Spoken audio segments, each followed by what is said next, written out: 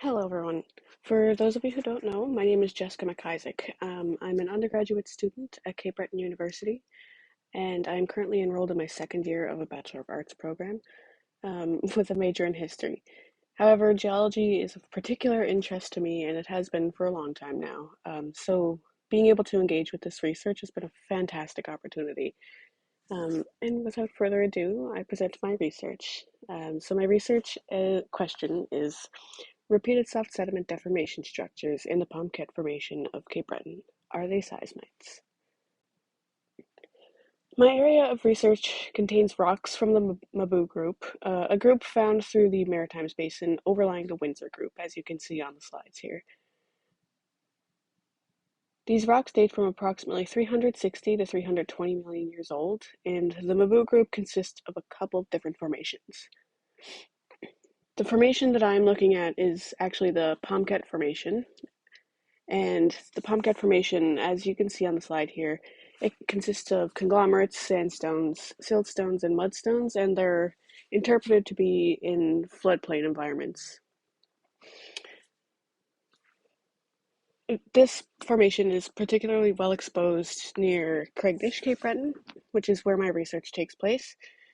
And one of the reasons for doing this research is actually because one of my advisors, Dr. Jason Loxton, visited the section with Dr. Neil Davies of Cambridge a couple of years ago, and they noted some strange looking rock beds that hadn't been recognized in previous literature of the area. So I'd like to give a thanks to Dr. Davies for setting us on this path and for his support in helping us with literature and his hypotheses, which we're still testing.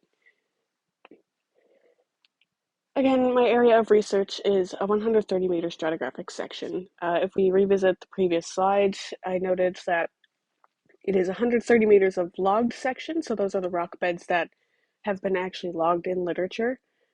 But due to the orientation of the rock beds, which is nearly vertical and subparallel to strike, um, this 130 meters of logged section actually covers 900 meters of ground.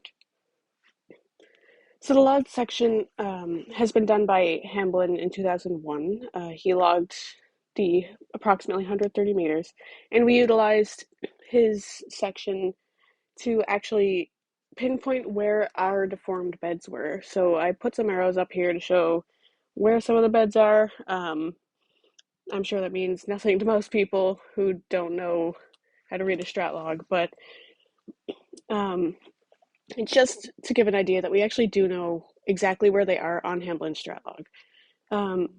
My advisors and I conducted field work over a course of 3 days, and in that time period, we identified at least 12 pervasively deformed beds containing abundant soft sediment deformation structures. So the question comes again, these may be seismites, but we'll get back to that. So for context, for those of you who don't know, what are soft sediment deformation structures? Soft sediment deformation structures are structures in a rock bed that are deformed during or after deposition, but before the lissification of the material. This deformation includes liquefaction and fluidization of material, and it can be caused by lode deformation, which is like a thick bed of rock overlying the soft sediment, or it could be caused by shaking, so earthquakes. So within the 12 beds that we noted, and the abundant soft sediment deformation structures, we actually identified 3 facies. So there's 3 separate types of soft sediment deformation structures. They're accompanied by other smaller scale soft sediment deformation structures, but the 3 main ones are pseudonodules, dish structures, and convolute shales, and I'll walk you through each of these now. So our first facies contain pseudonodules, which is a form of soft sediment deformation structure. They're characterized by bulbous sandstone masses, which again we call pseudonodules, or pillow beds. They're typically within 1 to 2 meter thick sandstone beds, and there's fissile shales that kind of convolute around these pseudonodules.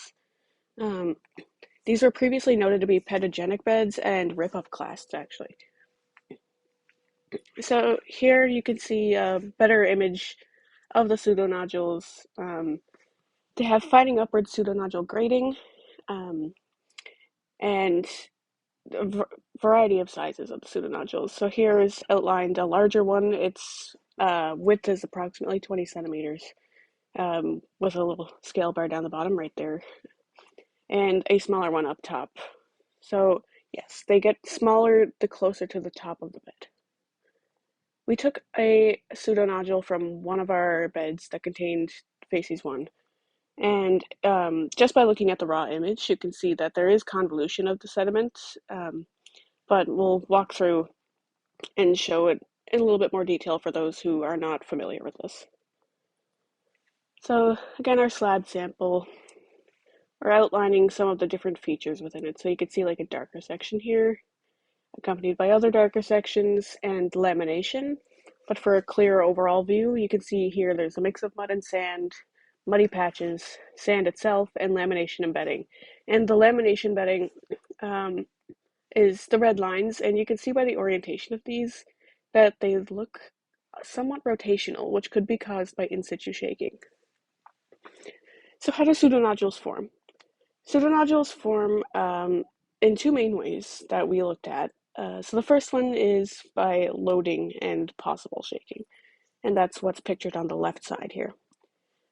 So this happens when you get like a thick bed of sand, for example, here, that overlies all of the thinner beds of, or the interbedded mud and sand.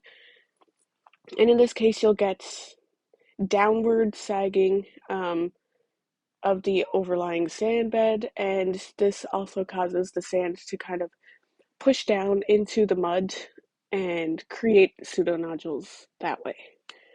The second way, which we think is most likely for our facies 1, is pillow beds formed by in situ shaking, or pseudonodules formed by in situ shaking. So this doesn't include a thick bed of overlying sand.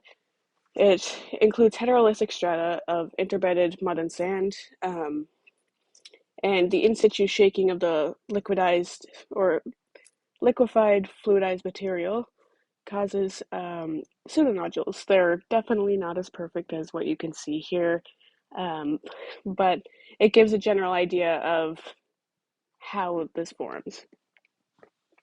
So onto our second facies, which is the dish structures. These are concave up structures that generally occur in red sandstone, and they're accompanied by sedimentary dikes. We only noted one definite bed of this, but there is one other bed in question right now. So for a better image of these beds, super convoluted dish structures with a range of sizes, upwards of 1 meter, and then we have a bunch of smaller ones. There's thin overlying and underlying sandstone beds. There's mud cracks around as well, fossilized mud cracks. But here I've outlined the dish structure, which is this semicircle thing that you can see going on, and the sedimentary dikes as well. So that's caused, both of these features are caused by the liquefaction and fluidization of material, but the sedimentary dikes are also the injection of the fluidized material. So facies 3 is our convolute shales, which involves the folding and convoluting of material. The material in this case is fissile shales, and it's also accompanied with injection structures into the overlying beds. So a better oriented photo, this is our convolute shales. Here the arrow on the right hand side points to the specific area of this image that we're looking at, but for even better view, we have shale on the very bottom, contorted shale with soft sediment deformation structures, which is the bed in interest. And then we have, again, less convoluted shale and sandstone overlying it. Within this convoluted shale, you can kind of see that it points upward in almost like a flame-like way near the center. And outlined in yellow, you can see pseudonodules from facies 1. For a better up-close view of the convolution of these shales, here it is. They look kind of wacky in comparison to the other shales that you saw overlying and underlying here. And for a better view, there is your convolution. So this convolution, again, the orientation of it, it kind of looks like it could be caused by shaking in situ. So that it causes some rotational look to it, and yeah. So the question comes again, are these seismites? The short answer, we don't know yet. But our evidence does allude to them possibly being seismites. Like, this is a plausible explanation, but research is still in progress. So to evaluate, all of the facies that were identified previously, the pseudonodules, disk structures, and convolute shales, they involved liquefaction and fluidized material. And now I'll walk through soft sediment deformation structures associated with seismicity and seismites. First, I'd like to note that the literature that we used from Hamblin to get our strat log that was noted in the beginning of the presentation, Hamblin actually noted Arthur's Point, which is a couple tens of kilometers away from Craignish, and he noted that Arthur's Point actually had similar exposures to Craignish. My advisors and I visited, but we only saw poor exposures, so as such, we can't really validate his claims. But we have to bear in mind this was published in 2001, and a lot can happen on a coast in 23 years. So, earthquakes and soft sediment deformation structures. How does it work? So, earthquakes have an epicenter in the subsurface, as pictured here, and soft sediment deformation structures occur in the subsurface.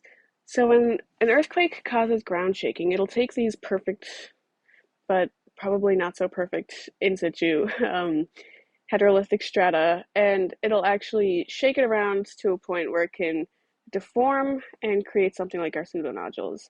This is just one instance of how this could have operated, but it is a plausible cause. Additionally, I read a paper by Suter who looked at soft sediment deformation structures related to seismicity, and he noted 17 separate soft sediment deformation structures that were associated, but I just wanted to point out that two of the ones that we noted in Facies 1 and 2 were actually noted by Suter in 2011. So those are our disk structures, as you can see pointed to here, and our detached pseudonodules. There are elements like of our convolute shales that were noted as well, but the specific facies was not. So in conclusion, soft sediment deformation is abundant in the Mabou group section near Craignish. Our evidence supports repeated deformation of shallow subsurface beds, and as such, seismicity is a plausible cause for these soft sediment deformation structures in Craignish. We do have to note that this research is still in progress, so this is just a hypothesis, and the point of testing a hypothesis is not to say definitely I'm right, but to prove one way or another what something is. Thank you for listening or for watching, and I'd be happy to chat with anyone if you would like to know more about my section. I will give an update eventually when our research progresses further, but again, thank you.